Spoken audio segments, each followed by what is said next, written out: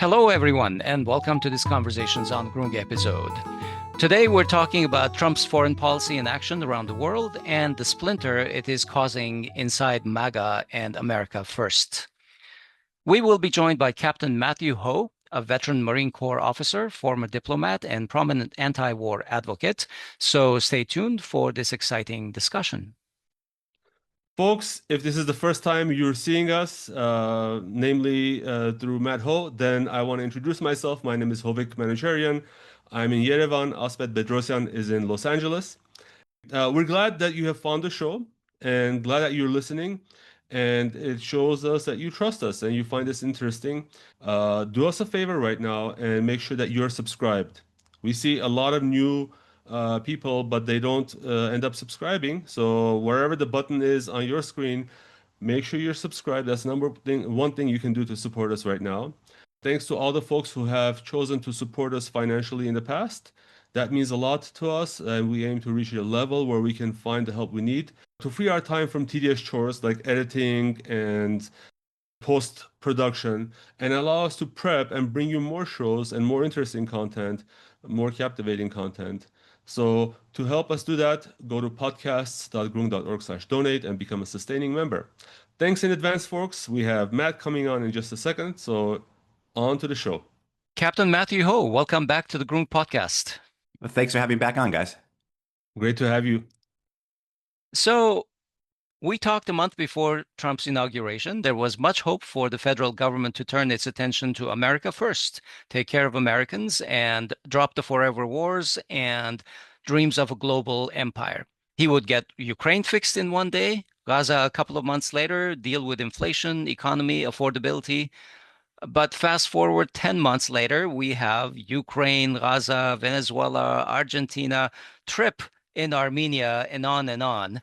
And I'm sure everyone remembers Greenland and Canada as the 51st state. And Panama, don't forget Panama was Of the course, first stop Panama. for Marco Rubio. I even forgot that one. Right? Yeah. Yeah. But earlier this morning, Donald Trump announced that the Venezuelan airspace is closed.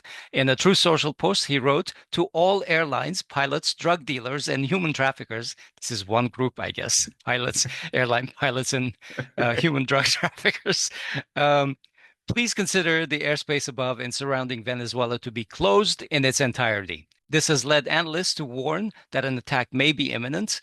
And The Intercept also reports that it has reviewed War Department documents outlining U.S. logistics planning for a Caribbean buildup through 2028. So explain us, what's your take on these developments? What's the geopolitical strategy or reasoning driving Washington towards something like this in Venezuela? I think, and again, thank you for having me back on with you guys. I think there are multiple reasons. You know, there's a lot of times there's an intersection of desires that make it such a goal is going to be enjoyed by multiple groups, even if those groups are disparate, right? So if you look in Venezuela, you see this confluence, you see this intertwining or this dovetailing. Of course, the first major interest is that Venezuela has the world's largest oil reserves. You know, I mean, I don't think we really have to elaborate on what that means, but certainly we've seen that commentary in the last weeks, including from Representative Salazar, who is the third or fourth ranking Republican in the U.S. House, you know, saying that this will be a field day for the American oil companies in Venezuela. You know, I mean, so they're not even trying to hide that. There are other interests as well. There are just the old neoconservative interests at play here. This idea that the United States has to exert dominance. This is a latent aspect of the United States as a sole superpower. The idea that emerges after the Cold War that any threat to American supremacy must be destroyed. And that's something that each president since the end of the Cold War has firmly embraced. Trump has his own take on it, which is why the establishment, the foreign policy establishment, is often very critical of him and doesn't trust him. And many of them want him out for that reason. John Bolton, I think, being the best example of that. But there are other reasons as well. You have personal reasons. So Marco Rubio is obsessed with Venezuela. He is obsessed with Latin America in general.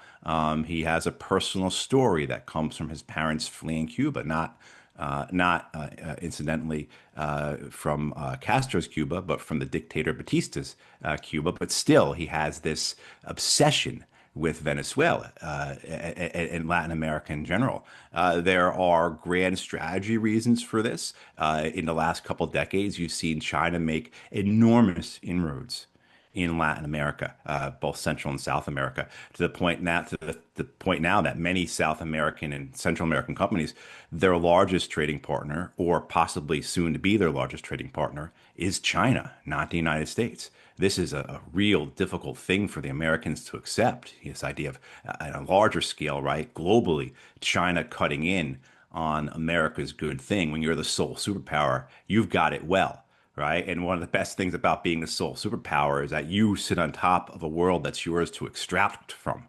And so this idea of this rising power, this competitor, China, possibly taking some or taking from the Americans, that's something that can't be abided. I mean, so there's all these different reasons, just the affront.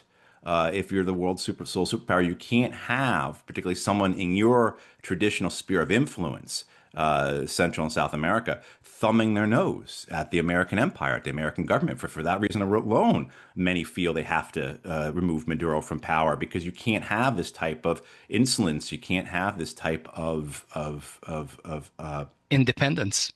independence. Exactly, right? That's exactly right. I mean, so you see all these reasons why, it makes sense that Venezuela has become the major target for the United States in terms of its war making in this, first year of the Trump administration. But nevertheless, was it the only choice that the U.S. had in terms of dealing with Venezuela? No, certainly not. I mean, we'll see. We're still to see what's going to come of it. Right? We're still uncertain exactly what the Americans will do. The idea of a full-scale invasion is certainly not on the table because simply the number of troops aren't there. You're looking at 16 to 20,000 troops in and around Venezuela right now, including in the Caribbean, like in Puerto Rico. And that's not nearly enough to launch a ground invasion. There's speculation that we will seize airfields and ports, and it's same, that idea is for what purpose? So I think the idea of large scale military operations involving American ground troops is something that we can rule out. But the reality is the United States has ruled that out for the last a dozen years or so, going back to the second half of the Obama administration. The idea of putting American troops on the ground and taking casualties is politically unacceptable to the White Houses, whether they're Democratic or Republican. The George W. Bush administration learned that the hard way with the elections of '06 and '08. And the Democrats with 16 as well. Trump's election of 16 was a repudiation of Hillary Clinton and the wars. So I think the White House is savvy enough to understand that.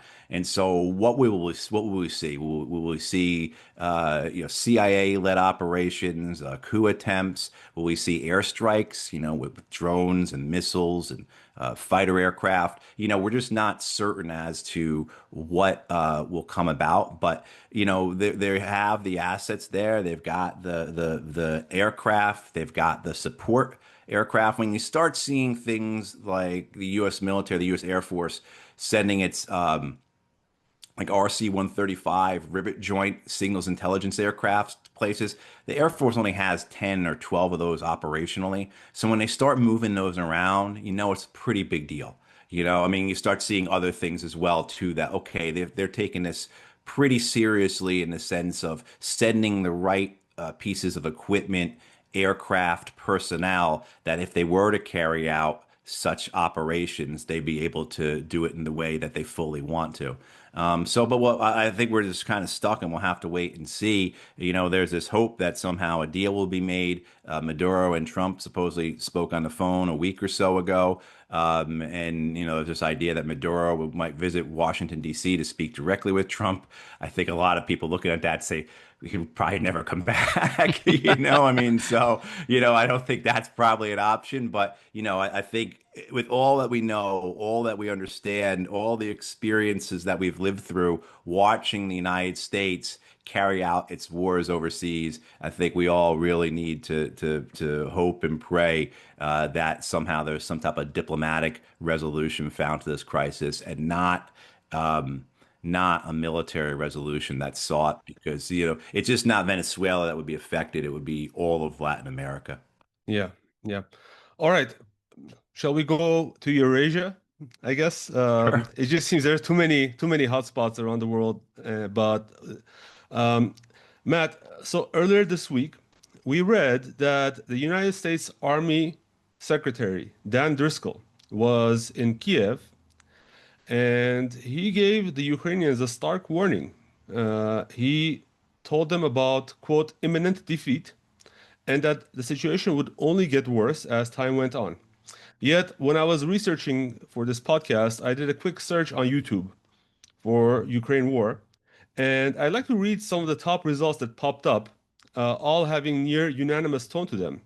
The Military Show channel said, Ukraine destroys Russian warship. Putin's navy retreats in total panic. Canal 13, I'm assuming it has a Ukrainian channel. Ukraine launches US GBU-62 bombs at Russian infantry's gathering point. Invaders are eliminated. So forth and so on. No news about Driscoll's warning.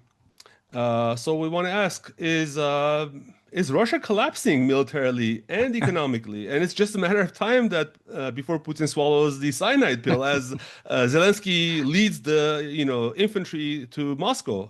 I mean, Right. Marches into what's going? Moscow. Yeah. Right, right. I mean, that certainly has been the popular narrative in the Western media for the last almost 4 years now. This constant refrain that it's just a matter of more money and more time, and Russia will lose, that they'll collapse, that the Russian people will be so upset by the war, they'll overthrow Putin, there'll be a coup because people, the government has failed to, on and on and on with the various explanations and predictions of what's just bound to occur if people just have more faith, if people don't give up hope, if people just aren't weak, or they just stop accepting their funding from the Kremlin, which so. Certainly Russia's not in that position. The Russians have they prepared for this war very well. They were in a position where they knew they were going to be isolated, or there would be an attempt to isolate them. And so they understood how the West was going to react to this war, and the Russians prepared themselves for it. I think that over everything else is their greatest success in this war. Both the flexibility of their mindset, the Russians, to look for other partners in the world, to look for other trading relationships in the world, to reimagine and have confidence in their economy that they could survive the harshest sanctions program the world has ever seen, and not just survive it, but to have success from it, right? To what we've seen in the Russian economy that has grown over these years of war. They have their domestic industries have stepped up to fill the gaps from these Western sanctions, from the Western blockade.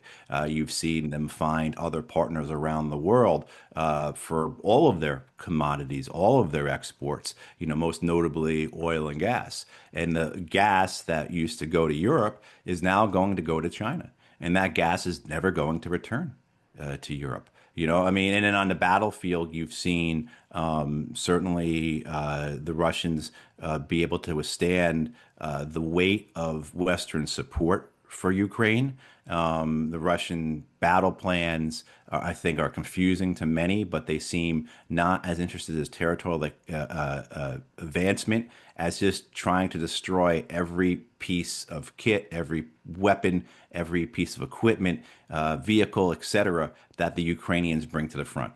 So just fighting a war of attrition where the Russians correctly surmised that their industrial capacity would be stronger than the collective West's industrial capacity, and they were right.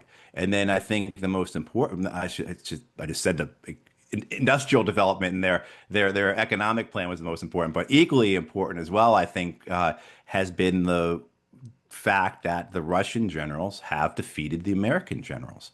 that the big arrow movements of the Ukrainian army, as we know from reporting by the New York Times, nonetheless, have come from the Americans. That the American based in Wiesbaden, Germany, where the Americans set up a headquarters to run this war, the Americans have been in charge of the major operational moves of the Ukrainian army. And so, in terms of who was fighting who at the general level, essentially this was the Americans fighting the Russians utilizing their own forces as well, and the Americans using proxy Ukrainian forces. And I think anyone who looks at this now says, particularly with the spectacular disasters of several Ukrainian campaigns, most notably the spring-summer 2023 offensive, that the Russian generals defeated the American generals. So I mean, so that's my estimation of the war in terms of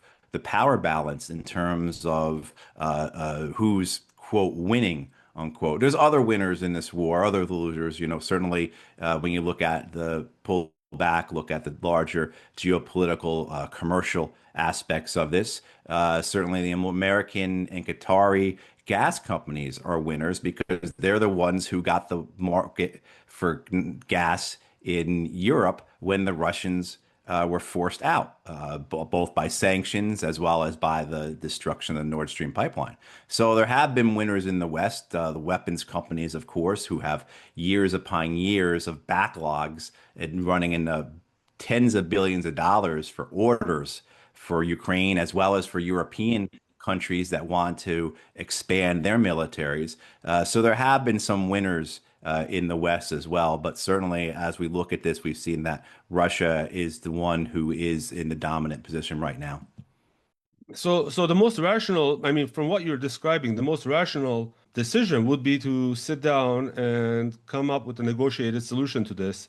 But we've been seeing a lot of challenges to it, especially some of the hawks in the U.S. administration and U.S. Congress, but also Europeans.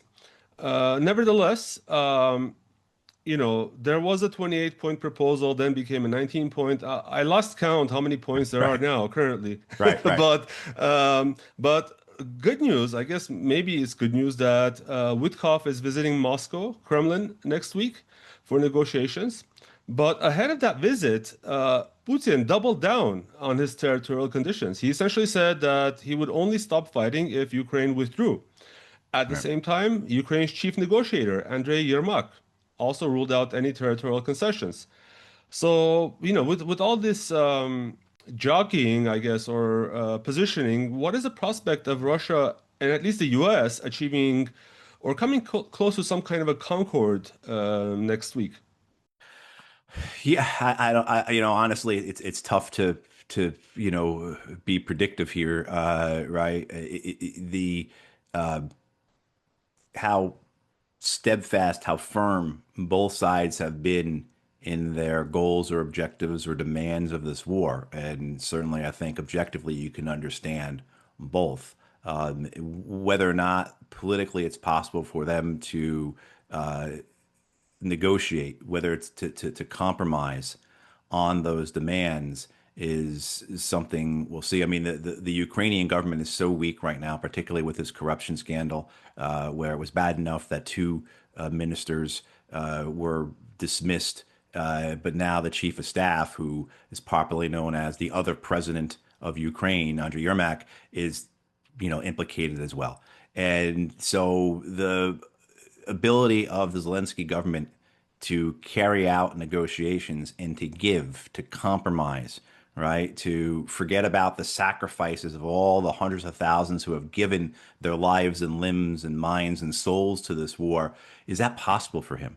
The reality of, say, a coup occurring where the far right in Ukraine depose of Zelensky with the backing from the Europeans and many Americans because they don't want to see capitulation, that's not very far-fetched, right? I mean, so, and then on the Russian side as well, when you have most of the political pressure, or I should say most, nearly all the political pressure that's been on Vladimir Putin during this war has come from his right.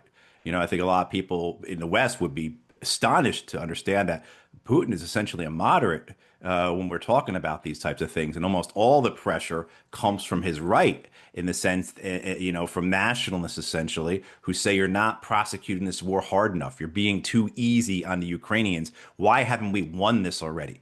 Right. So, and then you go back and look at the great sacrifices of the Russians as well. Hundreds of thousands of their men have lost their lives, their limbs, their minds, their souls, as well as the pronouncements of the Russian government, including from the president himself, about the need to denazify and fully demilitarize Ukraine to make sure this threat cannot come at them again, plus the writing into Russian law the acquisition of all four provinces or oblasts.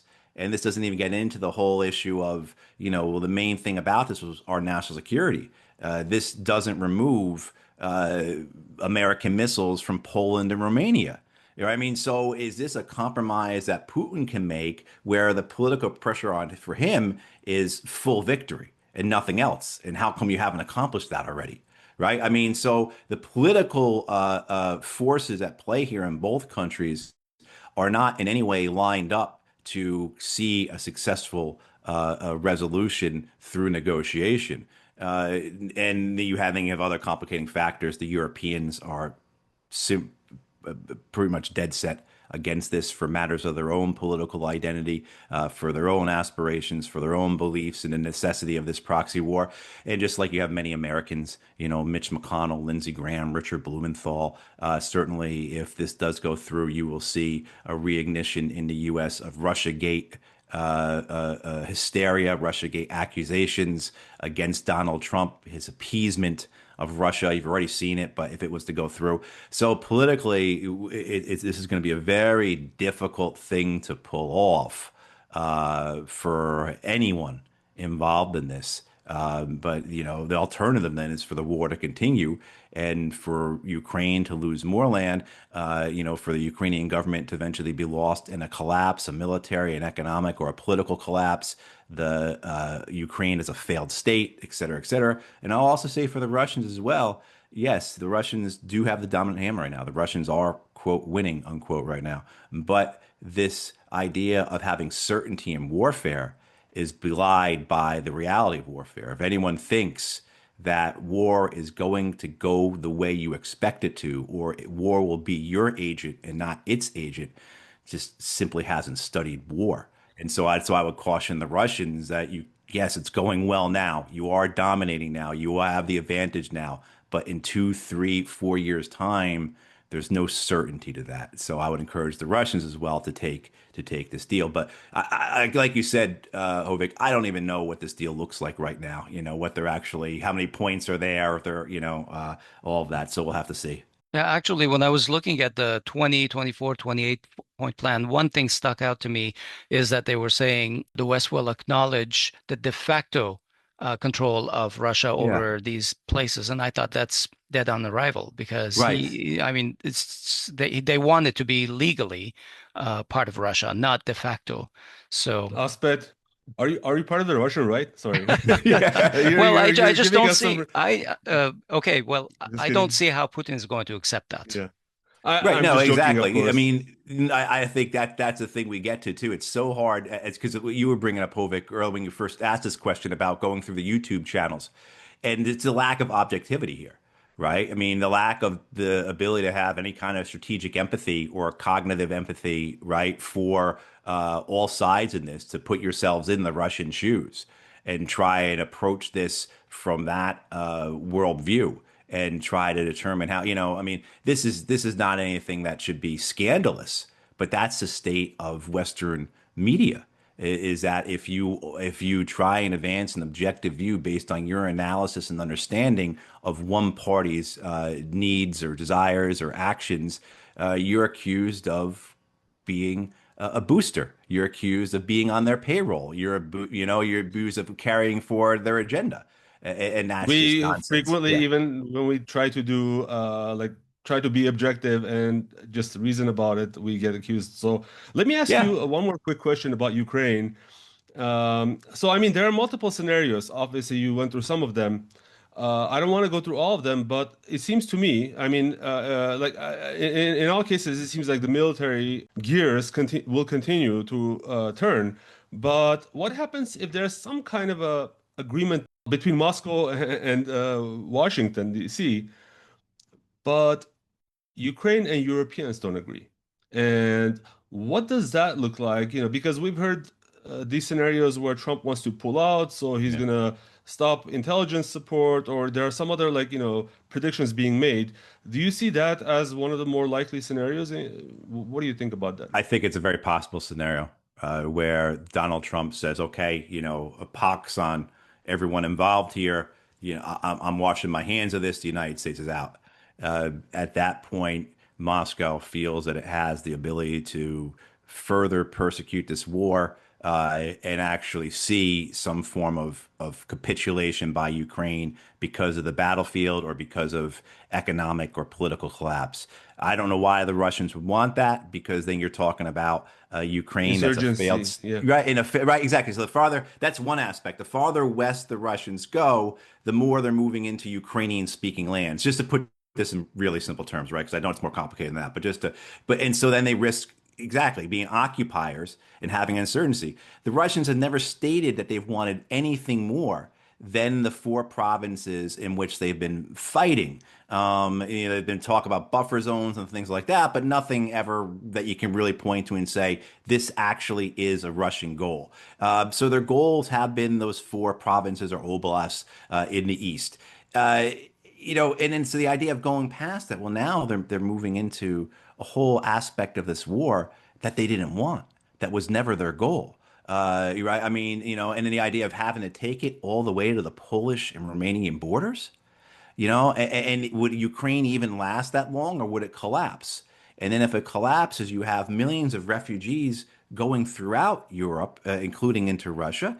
And then you have what are the Poles and the Romanians going to do? Are they going to sit and watch as the Russian armies come across Ukraine, or are they going to advance into Ukraine themselves for a whole bunch of reasons? I mean, you can see that how this becomes a nightmare scenario in a bunch of different ways. How this bloke goes into World War III, true World War III stages Preamble, here. sort of. Yeah. Exactly. Yeah. Thank you. Right. I mean, so that's I think one example of the danger if the United States pulls out of this. But the reality is, I think the way the Europeans and the Ukrainians will look at it is that our best bet, though, is for us to wait this out. Hopefully, in 26, the Democrats will take both the House and the Senate. There's enough Republican support for this that maybe we can get aid from the United States through to us overriding a Trump veto on this. Or Trump is mercurial, or Trump is he's willing to change his mind enough that maybe he will allow aid to come back, and that we can then win. The Democrats win the election in 28, or we get a Republican neoconservative, which there are plenty, not J.D. Vance, but we get somebody else like a Marco Rubio who wins the election in 28, and then we're back in business with this war. And I think that's the estimation that the Ukrainians and the Europeans will make, that is a better thing to shoot for, that hope is better than the reality of accepting a defeat. And so the danger here is so great that this could get much worse than even what we've been seeing. Well, okay, let me turn our attention to another conflict where Trump is campaigning for his Nobel Peace Prize, because his 20-point peace plan set the frame for a Gaza ceasefire, and phase one produced a hostage and detainee swap and a partial Israeli pullback from Gaza. Phase two calls for a Hamas to disarm and for a UN-backed international stabilization force, the ISF, to take over security, and for a new technocratic authority. They're calling it the Board of Peace. Orwell would be very proud of this. Right. to run Gaza. Um, the truce remains shaky. Settler violence and rapid settlement growth in the West Bank now threaten to break this peace process. But also, the ICC, the International Criminal Court, has issued arrest warrants for leaders on both sides, including Netanyahu and senior Hamas figures. The plan has ramped up a split inside Trump's MAGA and America First base. Many believe Trump's pledge to end foreign wars is being pulled off course by the same globalist and neocon networks that they view as responsible for past interventions. And they see the ISF, the governance plan, the population transfer plans as a return to nation building and forced engineering of societies that they were hoping to leave behind. What is Trump's endgame in Gaza? I think there's a few different things at play here that the U.S. government, the Trump administration, is reaching for. One, it's to honor its commitments to its Israeli allies, right? Whether that be its political donors, like Miriam Adelson, who has given her and her late husband $600 million to Donald Trump and the Republican Party in the last three presidential election cycles. It's the relationship that many in the administration maintain with Israel directly. The fact that many in Trump's government are committed Zionists.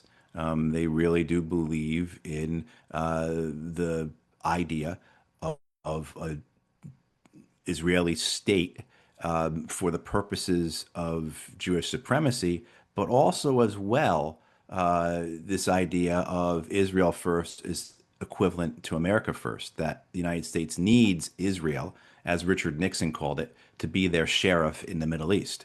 So you see again, just like in Venezuela, a combination of reasons coming together, a combination of rationales or desires that drives this type of commitment. I think for Donald Trump as well, there are other things that are that are at stake here. The Nobel Peace Prize. I mean, this is ridiculous that we have to bring this up, that we have to talk about this seriously. But this man's need Obsession. to obsession, right? The idea that Barack Obama had a Nobel Peace Prize, so I have to have one, whatever it is that's really driving him, is something that's real, is something that we have to take into account. I mean, that is fantastical. That is infuriating. That is, I think, you talk about. You need a guy, you need a writer, you need to combine an Orwell with Gore Vidal, with Oscar Wilde to put together something like this, right? And this is what we have here.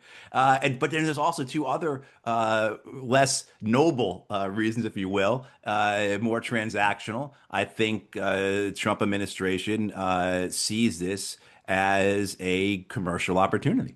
The fact that these efforts are led by his billionaire real estate friend, Steve Witkoff, as well as his son-in-law, Jared Kushner. And particularly on Kushner's tongue and, coming out of his mouth all the time is the idea of this reconstruction of Gaza, this development of Gaza, whether it be the As a resort. Middle Eastern Riviera.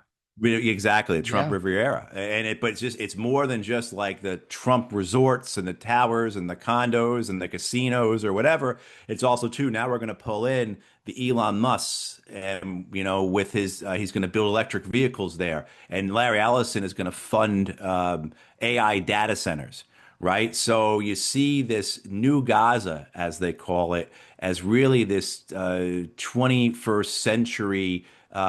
Hellscape of technology, AI, profit, etc. Because you even hear things along the lines that there will be no currency in Gaza; it will be a digital currency, right? So all the fantasies of those who were sitting in had the prime seats behind Donald Trump at the inauguration, all those tech giants, you're seeing their fantasies, their fever dreams, possibly coming to fruition. And, what can you say? This has been the history of the Palestinian people. You were saying that less noble reasons. That's very important to me. Are America's national interests served here? Is Trump achieving American national interests, or are these personal interests? Both in the sense of his own profit lining his own pocket. Again, this idea of the Trump Riviera, right? And that's no secret. But as well as the national interests of the American establishment, of the American empire, this idea of having this Western colony that is Israel in the Middle East. I mean, you go back to the 1930s when the British Governor General of Jerusalem says what we are doing here with the British mandate. What we are doing here in Palestine is establishing a loyal Jewish Ulster in the midst of potentially hostile sea of Arabs. Right. I mean, so the idea of Israel as a colonial project is not anything new, and it shouldn't be anything controversial. And so you have this idea of American interest then continuing to work through Israel. In the past, it was called, an aircraft carrier in the Middle East. As we kind of just had the Nixon quote. I mean, all this idea of this Western colony through Israel allows the West all types of access, military, intelligent, diplomatic, commercial, etc. And it's reliable because they are us. And so I think it's a continuation of that we're seeing there. Even though I think most of us who look at this would say, look, Israel's a liability. We do not get from Israel nearly what we give. And all our military bases are not in Israel. All our military bases are in the Arab states and the Turkish state. They're not in Israel. What do we need Israel for? This is a major problem for us. It's a liability for us. But there are those who, like I said, who really do believe either in Zionism or this idea that an Israel first policy is in the best interests of the American government, of the American empire. And so we see that continuation. All the inertia is with that. The type of conversation we're having, you know, we don't have any political capital. We don't have the ability to intersect or intercede and potentially break that inertia that has come from decades of this type of policy. So I think that's what we're seeing. And Trump sees it also as well as a way to, again, line his pockets. So this is a very interesting inner dialogue that you have exposed, and it looks like all these distractions in foreign lands have already taken a toll in the 2025 elections. I think Trump lost some ground here. What are your thoughts about how this could project into the 2026 midterm elections, and what does it predict for Republicans and the MAGA and the America Firsters? Well, certainly we see the public opinion polls on this are against Donald Trump and against his foreign policy decisions, whether it be Venezuela, where less than 1 in 3 Americans say they're in favor of U.S. military action against Venezuela, whether it be, say, Israel, where a majority of Americans oppose the Israeli government's genocide. A majority of Americans are against providing assistance and aid to Israel. Even with Ukraine, Trump had public opinion support on Ukraine immediately when he came into office. He had a clear majority of Americans wanting to see a negotiated end of the war. And 10 months later, here we are now with finally getting points on a paper. I mean, so he does have that, but he's also been acting in ways that have been counter to the American public sentiment to get American involvement out of Ukraine as well as to end that war through negotiations. The things with public opinion is whether or not people will actually vote on these issues, right? So what you can have is you could have people who feel very strongly about an issue. You could have issues out there that have 70, 80, 90% support. But are people going to actually vote on that? Particularly when inflation is still around, when cost of living is still high, when we have healthcare, continuing healthcare crisis in the United States, when pick any number of things that you can point to that are going to make people vote in one way or another, that Venezuela, Ukraine, Palestine, Israel just won't have that pull. We've seen that. We saw, I mentioned this earlier. You saw in the first George W. Bush administration the results of the Iraq War, where the Republicans lose the '06 midterms, clearly because of Iraq. And then the '08 election is essentially a referendum on Iraq. The Republicans didn't do themselves any favors by being incredibly corrupt at that time as well and having all those scandals. But at the same time, that '08 elections, both the Democratic primary and the general election, were clear referendums on the Iraq War.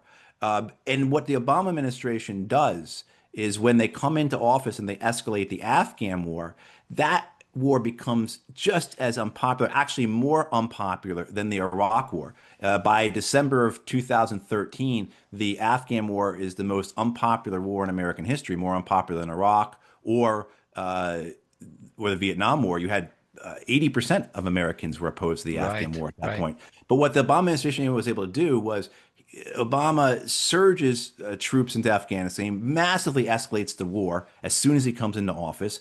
Does a whole show about it essentially for the first year, where we're escalating war, we're going to win. And then he also says we're going to be out, though. We're going to start getting out in the summer of 2011. So as the war continues, as it's clear we're not winning militarily, as public support continues to go against the war, there's no recourse, there's no consequence politically because we're getting out. So when the 2012 election comes and the Afghan war is wildly unpopular, at that point probably about 65 or 70% of Americans are against the war.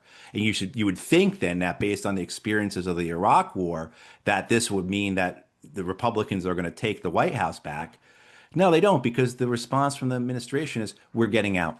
We're getting out of Afghanistan, so it's not a big issue. So people don't But feel it did compelled to cost vote them on the it. midterms, though, in 2010. Well, what cost in the midterms was 10 million people losing their homes. Yeah, absolutely. Right? I mean, that was the other things you had all right. I mean, so you had, and you saw actually too, you saw the Republicans, the Bush White House in '08 try and stop this from happening to McCain.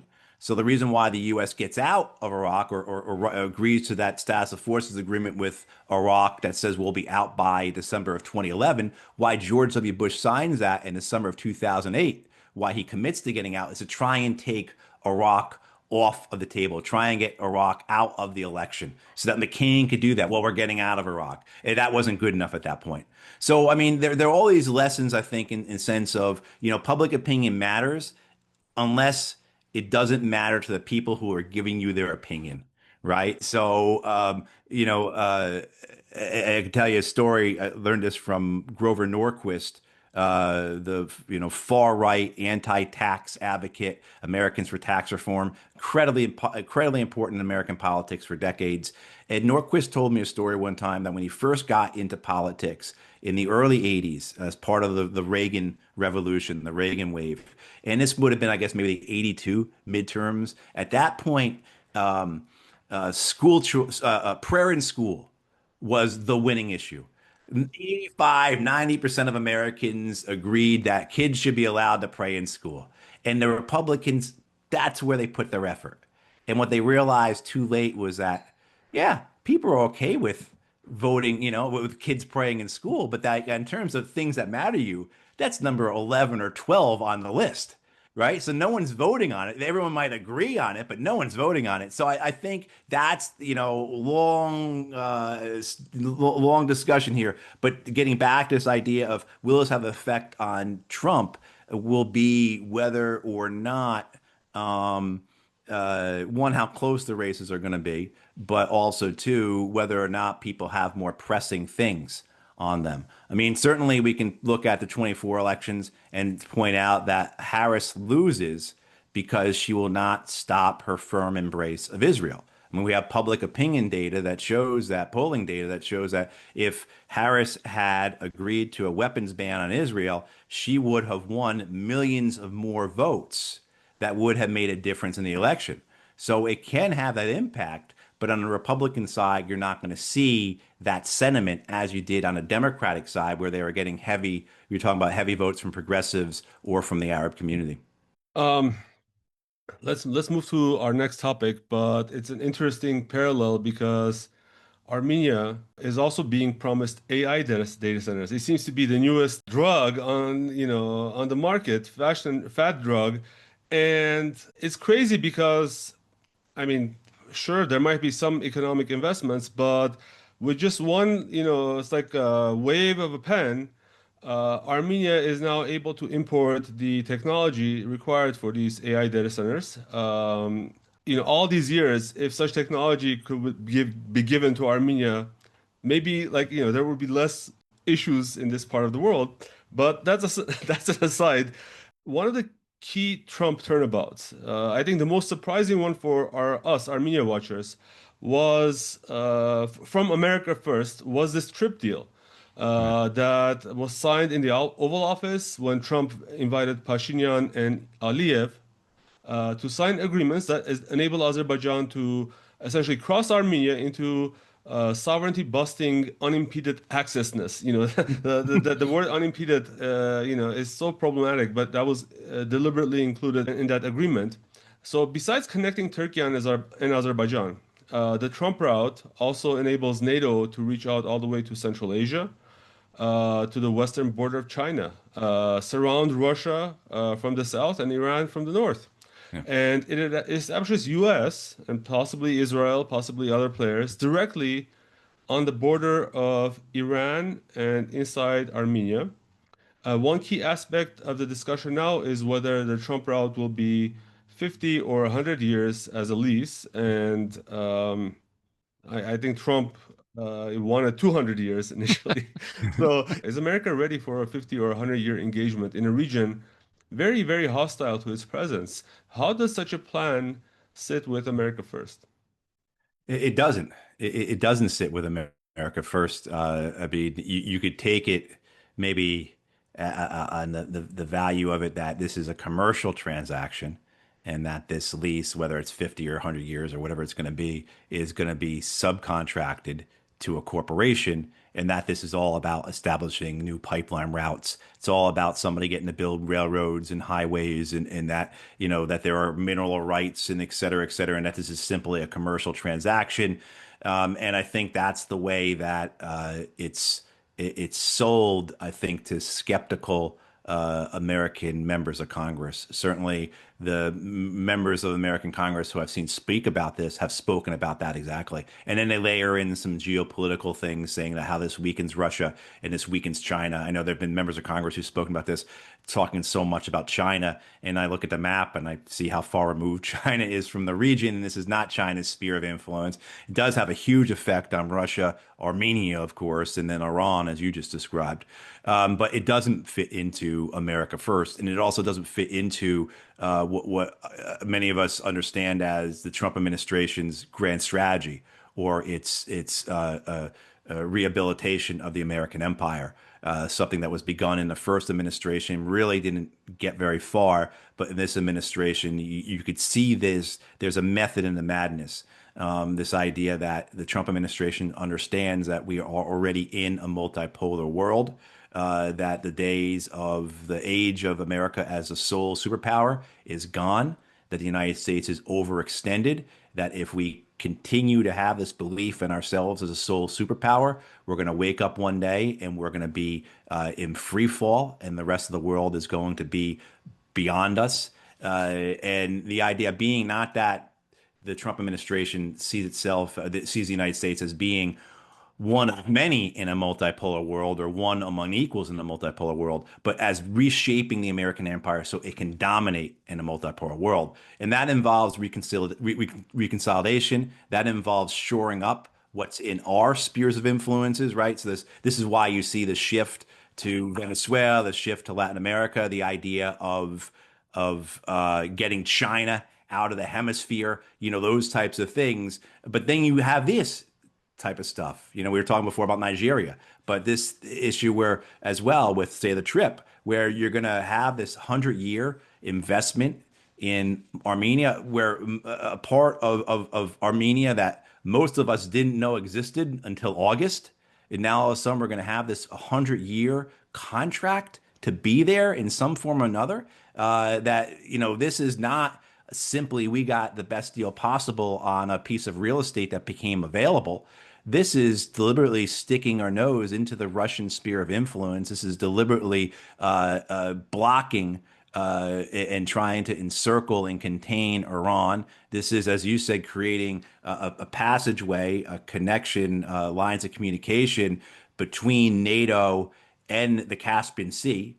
So there's all these different geopolitical, grand strategy, Zygmunt Brzezinski, grand chessboard type things going on here that America first was supposedly dead set against, because it's ultimately not in America's interest. You want to talk about not overextending America? Now you're going to do this, right? Now you're going to, right? I mean, and again, this is, we say it so often that Americans can't find places on a map, but this really is a part of the world that for many Americans is someplace unheard of. Maybe they've heard of Azerbaijan and Armenia, but the idea that there was this autonomous Azerbaijani republic that was to the west of Azerbaijan proper, and it was cut off by Armenia, and then no one knows that in the Yeah. U.S. So yeah. Well, as an American and an Armenian, my concern here is that this basically is a Turkish plan to connect Turkey with Yeah. Azerbaijan,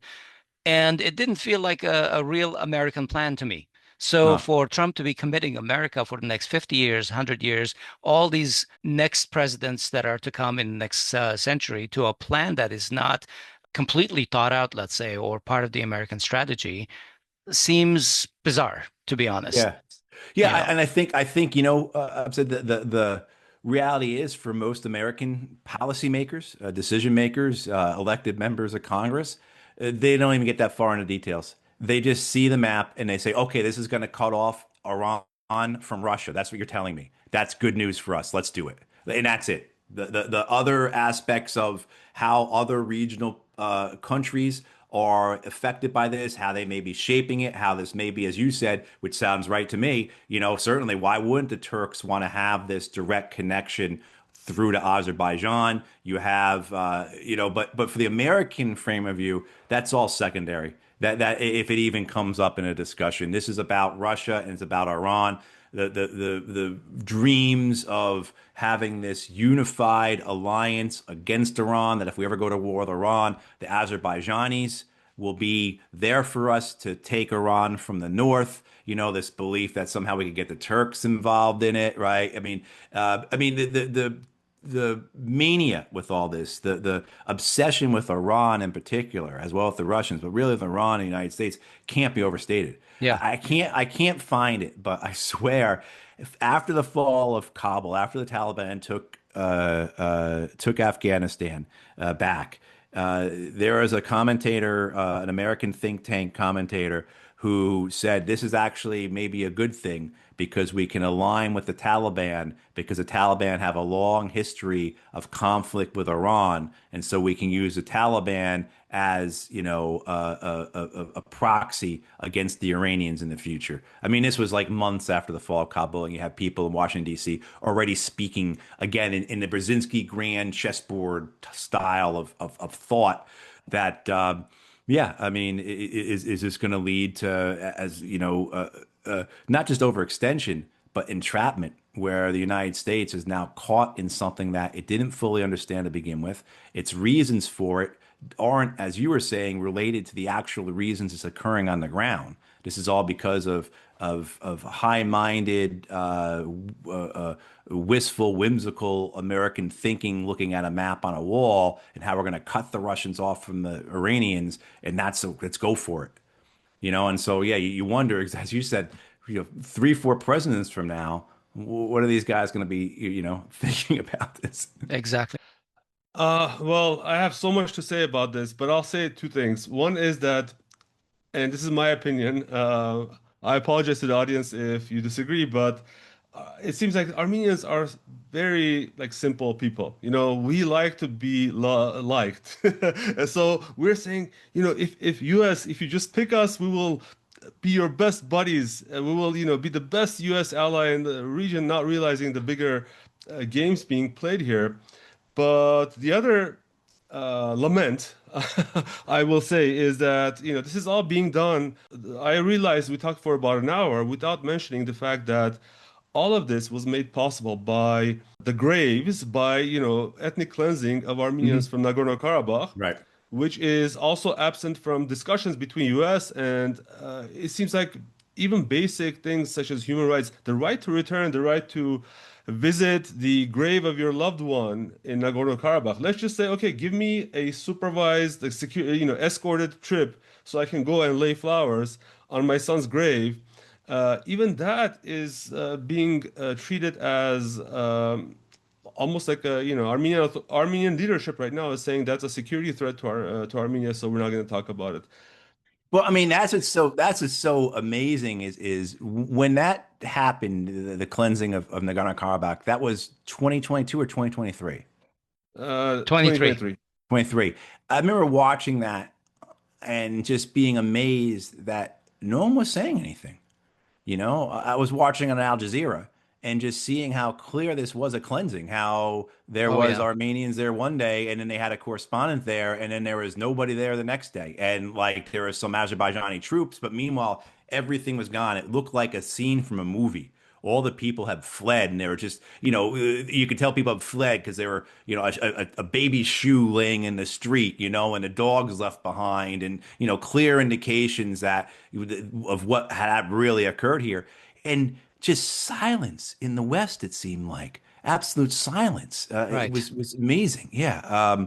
And so I know, I think Armenia, unfortunately, I think people have these aspirations or hopes for the multipolar world that I think are not going to be realized. I think it's going to be essentially the strong taking the weak as they want. Go back to Thucydides, right? Thucydides, excuse me. The strong do as they wish, the weak suffer as they must. Our best thing that we had was following World War II, the attempt to create an international order through international law and institutions, and that has broken down. And now, as we move into the multipolar world, I think we're going to see dominant nations, dominant alliances, dominant blocks as well, and nations like Armenia or nations, like Palestine are going to suffer if they don't have something that can be provided. If they don't have something that's worth it, they are going to be just trod upon by the dominant nations. A dog eat dog world and the Yeah. law of the jungle. Well, we love to leave our shows on happy notes like that, Matthew. Thank you so much for coming on our show. We really appreciate your insight and the time you take to talk with us. Oh, my pleasure. Thank you for having me join you. Take Thank care. you very much, Matthew. Well, that's our show today. We recorded it on November 29, 2025, and we've been talking with Captain Matthew Ho, who is an Eisenhower Media Network Associate Director. He's a former U.S. Marine Corps captain and State Department officer, Iraq War combat vet, and Afghanistan War State Department officer. For more information, you can click on the show notes, podcast.groong.org/episode number, and click on the people. All right, folks. If you like what you heard and saw today, please like, share, and comment. We're trying to do a good job for you, and we are working hard, and we appreciate any and all types of support, including financial support. The URL for that, if you're not tired of listening to that, is podcasts.groong.org/donate. Become a Switch sponsor for $5 a month, or you can go all the way up to a harissa humanitarian. It's a yummy food. If you haven't eaten it, try it at an Armenian restaurant at least once. And that keeps us going. That keeps us circulating in front of more eyes. And last but not least, because a lot of you folks may have just reached us through clicking on Matt Ho's name, you might be new to us. So please make sure you're subscribed. We promise we will bring you other great shows like this.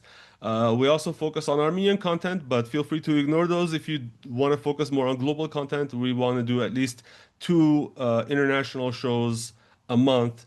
Hope you like the quality. If you like the quality, then subscribe. And We're very interested in geopolitics and especially the way that it affects Armenia. But it's not all just Armenian politics, it's actually yeah. world politics. And since Armenia has a very strong diaspora, especially here in the United States, like me, there's a lot to be said about the US politics. For example, America First, VAGA. We are very interested in these things because when a superpower sneezes, Armenia catches a cold or worse, pneumonia. Take care, folks. I'm Asbed Bedrossian in Los Angeles. And I'm Hovik Manucharyan, back in my place in Yerevan, but my son kicked me out of my favorite spot in front of my bookshelf, so I am here recording in a different room with my standard background, but hope to be in front of my bookshelf for the next recording, which is going to happen in less than an hour. Talk to you, folks. Bye-bye.